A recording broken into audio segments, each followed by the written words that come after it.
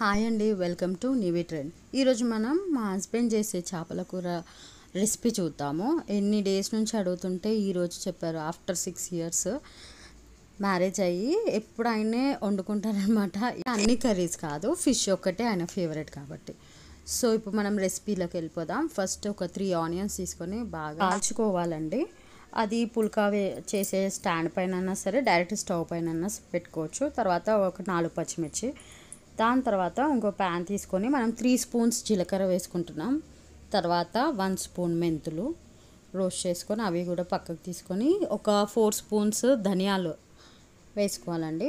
దాని తర్వాత మనం స్టవ్ ఆఫ్ చేసి ఒక 1 స్పూను గసాలు వేసుకోవాలి. ఎందుకంటే గసాలు చాలా ఫాస్ట్గా రోస్ట్ అయిపోతుంది, ప్యాన్ వేడి సరిపోతుంది. తర్వాత మనం ముందుగా కాల్చుకున్న ఆనియన్స్, పచ్చిమిర్చి అవన్నీ మిక్సీ గ్రైండర్లో వేసి పేస్ట్ చేసుకొని రెడీగా పెట్టుకోవాలి. ఇప్పుడు మనం ఫిష్ చేయడానికి ఒక పెద్ద ప్యాన్ తీసుకొని అందులో ఒక 3 స్పూన్స్ ఆయిల్, జీలకర్ర, తర్వాత ఒక 1 ఆనియన్ కట్ చేసుకొని వేసుకోవాలి. ఒక 4-5 పచ్చిమిర్చి, కలమాకు, కొత్తిమీర, పుదీనా ఇవన్నీ వేసుకొని బాగా కలుపుకోవాలి. దాని తర్వాత జింజర్ గార్లిక్ పేస్ట్, అల్లం ఎల్లిగడ్డ వేసుకొని బాగా మిక్స్ చేసుకున్న తర్వాత మనం ఫస్ట్ కాల్చుకొని కట్ చేసుకున్న ఆనియన్స్, పచ్చిమిర్చి ఉంది కదా, ఆ పేస్ట్ వేసుకోవాలి. తర్వాత అన్నీ బాగా కలిసాక ఇందులో కొంచెం పసుపు వేసుకుందాం. పసుపు వేసుకొని బాగా కలుపుకొని దాని తర్వాత మనము కారం, ఉప్పు, ధనియాల పొడి వేసుకుందామండి. ఒక 3 స్పూన్స్ కారము, సరిపడే ఉప్పు, 1 స్పూన్ ధనియాల పొడి అవన్నీ వేసుకొని బాగా మిక్స్ చేసుకోవాలి. తర్వాత నేను ఫిషెస్కి ఆల్రెడీ చేప ముక్కలకి ఉప్పు, కారం, అల్లం ఎల్లిగడ్డ కలిపి పెట్టుకున్నాను అనమాట.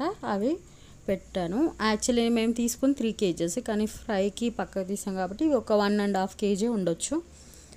అవి మనము ప్యాన్లో వేసుకొని ఒక నిమ్మకాయ సైజ్ అంతా చిక్కగా చింతపండు పీసుకొని పిండుకొని అందులో వేసుకోవాలి.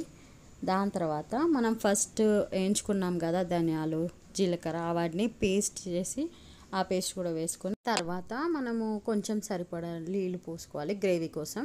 పోసుకొని అది బాగా మసలేదాకా ఒక 10 minutes సరిపోతుందండి. ఫిషెస్ కుక్ అయిపోతాయి. 10 minutes తర్వాత స్టవ్ ఆఫ్ చేసుకొని సర్వ్ చేసుకోండి. అంతే, మంచి తెలంగాణ స్టైల్ చేపల కర్రీ రెడీ అయిపోయింది. Thanks for watching.